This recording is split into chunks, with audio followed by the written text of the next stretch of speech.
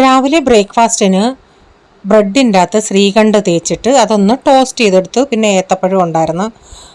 അപ്പോഴത്തേക്കിന് ചായയൊക്കെ ഞാൻ ഒന്ന് തിളപ്പിച്ചെടുത്തായിരുന്നു. അപ്പം ചായയും കൂടെ എല്ലാവർക്കും കൂടെ കുടിക്കാനായിട്ട് എടുത്തിട്ടുണ്ട്.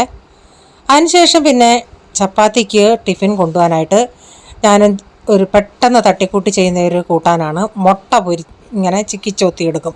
അപ്പോൾ അതിനായിട്ട് ഞാനൊരു 2 സവാളയൊക്കെ ഒന്ന് ചെറുതായിട്ട് അരിഞ്ഞെടുത്തിട്ടുണ്ട്. എന്നിട്ട് ചീനച്ചട്ടി വെച്ച് ഇതിലേക്ക് ഇച്ചിരി ഓയിൽ ഒഴിച്ച് കടുകും കറിവേപ്പിലയും ഈ സവാളയും പച്ചമുളകും ഇട്ടിട്ട് ഹൈ ഫ്ലെയിമിലൊന്ന് വാട്ടിയെടുക്കുക.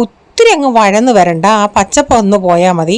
എന്നിട്ട് ഇതിലേക്ക് ഇച്ചിരി ഉപ്പൂടി ഇട്ടിട്ട് അതിൻ്റെ അകത്ത് ഞാനൊരു ഒത്തിരി തേങ്ങ വേണ്ട, കുറച്ച് തേങ്ങ ഇട്ടിട്ട് ഒരു ഇച്ചിരി മഞ്ഞൾപ്പൊടി ഇട്ട് ഇച്ചിരി കുരുമുളക് പൊടി ഇട്ടിട്ട് അതൊന്ന് ഇളക്കിയെടുത്തിട്ടുണ്ട്. എന്നിട്ട് നിങ്ങളുടെ ഇഷ്ടത്തിനനുസരിച്ച് 3, 4, 5 എത്ര മുട്ടയെന്ന് വെച്ചാൽ അത് ചേർക്കാം. ഞാനൊരു 3-4 മുട്ടയും കൂടെ പൊട്ടിച്ചൊഴിച്ചിട്ട് ജസ്റ്റ് അതൊന്ന് ഇളക്കിയതേ ഉള്ളൂ. അതിന് ശേഷം ഒന്ന് അടച്ചിട്ടിട്ട് ഇച്ചിരി ഒന്ന് അതിൻ്റെ ലിക്വിഡൊക്കെ ഒന്ന് വറ്റി വന്നോണ്ടേ വീണ്ടും അതൊന്ന് ഇളക്കി നന്നായിട്ടിങ്ങനെ തോത്തി എടുത്തിട്ടുണ്ട്.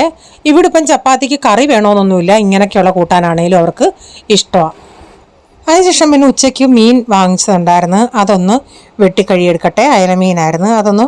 ഞാൻ ഇവിടെ കൂടുതൽ ഈ മുളക് ചേർത്തുള്ള മീൻ കറിയാണ്. തേങ്ങ അരച്ച ഇവിടെ അത്ര ഇവർക്കൊക്കെ ഇഷ്ടമല്ല. അതുകൊണ്ട് മുളക് അരച്ച മീൻ കറിയാണ് ഉണ്ടാക്കുന്നത്. മീനെല്ലാം വെട്ടിക്കഴിയെടുത്തതിന് ശേഷം ഞാനിവിടെ ചട്ടി വെച്ച് വെളിച്ചെണ്ണ ഒഴിച്ച് ഇച്ചിരി കടുക് ഉലുവ ഇട്ടതിന് ശേഷം അതിലേക്ക് വെളുത്തുള്ളി, ഇഞ്ചി, കറിവേപ്പില ഇതെല്ലാം ഒന്ന് വഴറ്റിയിട്ടുണ്ട്. അതൊക്കെ വഴന്ന് വന്നിട്ട് ഞാൻ ഇതിലേക്ക് ഒരു 5 ടേബിൾ സ്പൂൺ കാശ്മീരി മുളക് പൊടി ഒന്ന് ഇച്ചിരി വെള്ളത്തിൽ ചാലിച്ച് ഇതിൻ്റെ അകത്ത് ചേർത്ത് അതിൻ്റെ പച്ചമണം പോകുന്നിടം വരെ ഒന്ന് മൂപ്പിച്ചെടുത്തായിരുന്നു. മസാലയൊക്കെ മൂത്ത് വന്നിട്ടുണ്ടെങ്കിൽ ഇതിലേക്ക് ആവശ്യത്തിനുള്ള വെള്ളവും ചേർത്ത് പുളിവെള്ളവും ഉപ്പും ചേർത്തിട്ടുണ്ട്.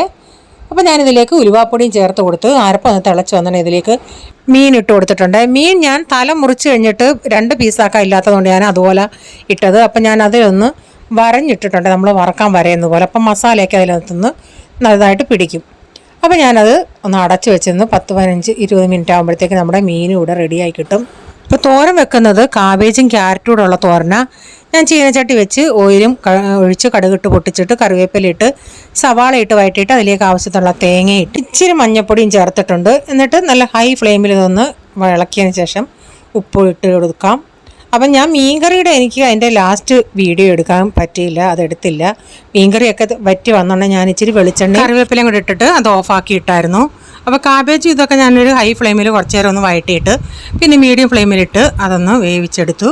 അപ്പോൾ നമ്മുടെ കാബേജും ക്യാരറ്റോടുള്ള തോരനും റെഡിയായി.